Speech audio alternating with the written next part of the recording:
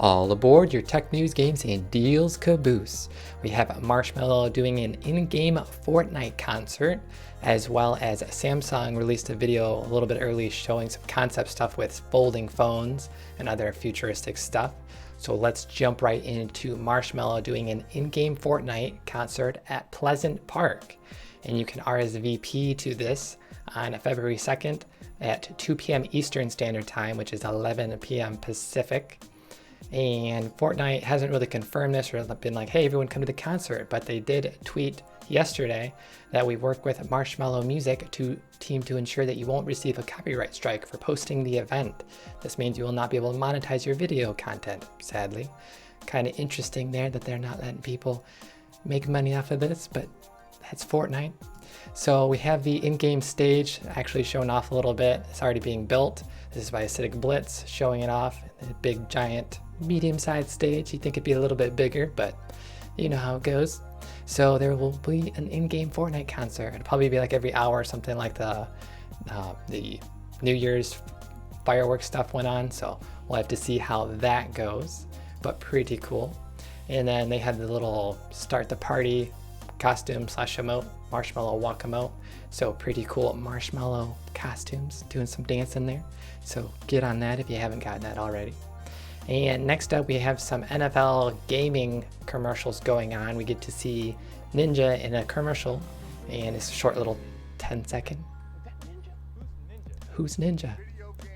Video game master. Hey guys, Ninja's here. So he's a Ninja Master too, it looks like. There's multiple Ninja Masters in here. So we might do a little roundup if there's a bunch of gaming commercials, so tune in for that a little bit later. And next up we have some Crackdown 3 Wrecking Zone multiplayer full match gameplay. So this is from IGN, and they had some hands-on. They have a 6-minute little video. They talk a little bit about the different features and stuff. So basically what they kind of did, there's a lot of lock-on mechanisms and running through walls. So that was the big mechanic for this, bursting through walls, and a lot of the destruction, which they mentioned was running on 12 Xbox Ones equivalent to run the cloud server to do all the destruction. So that was an interesting little tidbit they mentioned. And they kind of liked the destruction. One of them liked the idea of the destruction, how that you could use it as to line of sight people and get out of view from being locked on and shot at. So one person kind of liked the idea of that, and maybe they could do some other things with it. They kind of was hoping it would be improved a little bit. And the other guy kind of didn't too much like the destruction. They were kind of more interested in the campaign after their 2-hour or so gameplay. They were just more interested in getting into some of the single player stuff. So hit or miss here. A little bit of upvotes and downvotes, and some of the comments were about the lock-on feature. Competitive multiplayer with auto lock-on, no thank you. So maybe the lock-on feature isn't too competitive for some people, but the line of sight gives you some options. So we'll see how Crackdown does on the launch, going pretty soon, looks like.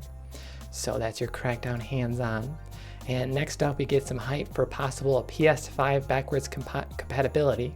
So playing your PS4 games, all the ones you bought on your PS5 when that comes out next year, we're looking like. We'll hear probably more about it this year. But basically what we're seeing is a patent with the Japan Patent Office, which seems to have PS5 written all over it. So basically the patent describes a method that allows devices to check whether an application is a legacy application, older devices, or not. And then if it is indeed legacy, it can return a spoofed CPU ID, basically allowing the processor to impersonate the other one so it'll get the game to run. So interesting little thing here. And here is the actual patent that it looks like. Some of it was translated. So you can check out that or get some hype for the PS5 backwards compatibility. Maybe they'll sell even more than the 90-some million they sold this year, total wise, but it's pretty impressive numbers. We'll see what happens. And then a little bit more PS5 backwards compatibility hype from Digital Foundry's John Linman insists with some tweets on Twitter saying absolutely backwards compatibility. So basically he kind of gives some reasoning. Yes, also the PS3 compatibility and the PS4 was never going to happen. PS4 just lacked the hardware to do the PS3 games, the Jaguar emulating a cell. So basically he seems to think it's going to happen too. So get hyped for PS5 backwards compatibility ×2. And that leads us into some VR with the Pimax. This is the official 1.0.1.103 beta. So there's 3 different really cool things here. BrainWarp. So BrainWarp is similar to Oculus's ASW and its Steam VR motion smoothing. So the goal for VR is 90 hertz, 90 frames per second. And that's pretty tough on current graphics cards. So they're not quite hitting 90 frames per second with the resolution you need from 2 screens in the eyes. So they're basically injecting motion smoothing extra frames in between. So basically 45 game frames will have 45 extra frames rendered in between to make it smooth and actually playable and more smooth for the eyes. So some people have some issues with like stuttering in certain aspects with the Steam VR motion. I did read some comments about that back when that came out a couple weeks ago or so. So that is the big BrainWarp that is going to help VR take off with actual not having to buy a really expensive computer. So hopefully that does well in the beta and gets improved for its actual launch phase. So that was cool. And then they have refresh rate switching functions. This is the second one. So they added different hertz options. So 90, 72, and 64 for the 5K version. So basically what this one was, people were asking for, I believe, movie hertz refresh rates. So 24 hertz, 24 frames per second movies. So you multiply that by 3 and you get 72. So this would be good for movie viewing for 24 frames per second movies and such. So that's what people were asking for. And it looks like they added 3 options for that. And then there's a couple of known issues with this. There's some show splinting the screen. So quite a few different brightness display effects, 5K refresh rate will have to be recovered by replugging the power adapter. So quite a few issues. So this is again beta obviously. And then the third big one is fixed foveated rendering. So foveated rendering is basically where your eye is looking, you will get the full resolution, so 1080p or whatever you're doing, and then the peripherals, the outer edges of the screen, there's 3 different modes, will be rendered in a lower resolution. So if you're getting 30 FPS, basically you could lower the resolution of the outside and boost up to maybe double FPS basically. So there's a conservative version, a balanced, and aggressive, so it could be like 20%, 60, 40%, 60%, how close it comes in. And this is a fixed one, so you'll actually have to move your head so the center of the screen will be the highest resolution. So there's going to be, they do have an eye tracking module already that will help enable this, but it hasn't really been launched yet. I'll add a little iCard up in the corner where they talk about that at the CES event, where it's pretty much ready to go, but they just haven't thrown it out there because of game compatibility. So this also will help FPS for VR to actually launch on higher resolutions and higher pixel density displays. So this is pretty hype for Pimax, and the beta hopefully it goes good with these 3, and a VR should be even better with higher resolutions. And here's some of the ASW for Oculus. So basically it was injecting frames and they weren't doing it so well, and then they had the 2.0 version. This is from Material Wood, and he talks about the Pimax BrainWarp and foveated rendering in a whole 9-minute video if you want to get some even more in-depth on that, or try it out on a beta for yourself if you have the headset. So cool stuff there. And that leads us into some tech news. We have a Samsung foldable phone teaser video. So this was posted a little early by Samsung of Vietnam. So there's a couple cool things. This is more like a concept trailer. So this little girl rides in and gets to see her whole window with a see-through transparent display basically. And apparently kids will be running around with S9s. So also pretty hype. And then there is a pretty interactive 3 mirror display right here, where you can do some pretty cool things. And this gets pretty interesting, a tattoo being streamed basically, real life with a giant robot arm. We'll see how far that goes.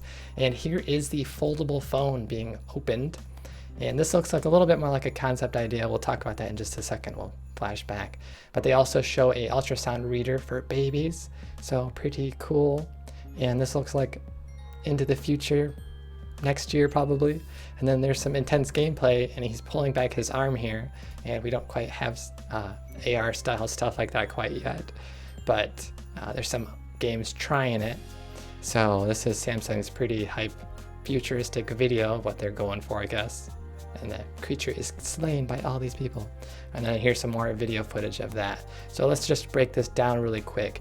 It does, the screen does light up partway when she's opening it, but it looks like when she fully opens it, the backside isn't illuminated, so we're assuming the full front screen is illuminated. So there's a dual-sided display right here, so that seems pretty interesting, and it seems a little thinner if you look at it really close compared to, it looks like a lot of the other tech stuff is packed into this side of the phone. So pretty interesting. This most likely isn't the Samsung Fold, the Samsung F device that's going to be debuted later at Mobile World Congress this month, but so we'll see a lot more folding phone stuff actually going on. But pretty interesting that this got posted on Samsung Vietnam and then pulled down and re-uploaded, looks like. So that's your Samsung Folding tease for today. And next up we have the S10 and S10 Plus. We get to see some colors from press renders. So the three colors we're going to see are green, blue, and a Prism white. So let's check out the green really quick. Not super high quality pictures, but get a little idea of the green style phone, and here it is. It looks like there's some fading-ishness to it through different color angles. And then here is the Prism white. So it's basically white with a little bit of purpley, possibly pink hues. So some more shading style colors. So pretty interesting. And then the blue version, it looks like was mentioned, will be coming in a later version. And then possibly a fourth version, a black, most likely we'll probably see as well. So quite a few different colors for Samsung, changing it up it looks like. Hopefully that does good for sales for Samsung phones. If you like different colors, you now have those options, or you can just put skins on them. But pretty cool base colors. And with that, we will have another episode tomorrow at 1 p.m. Pacific with more tech news and games. With that, we will be signing out. Pew pew pew pew pew pew pew pew.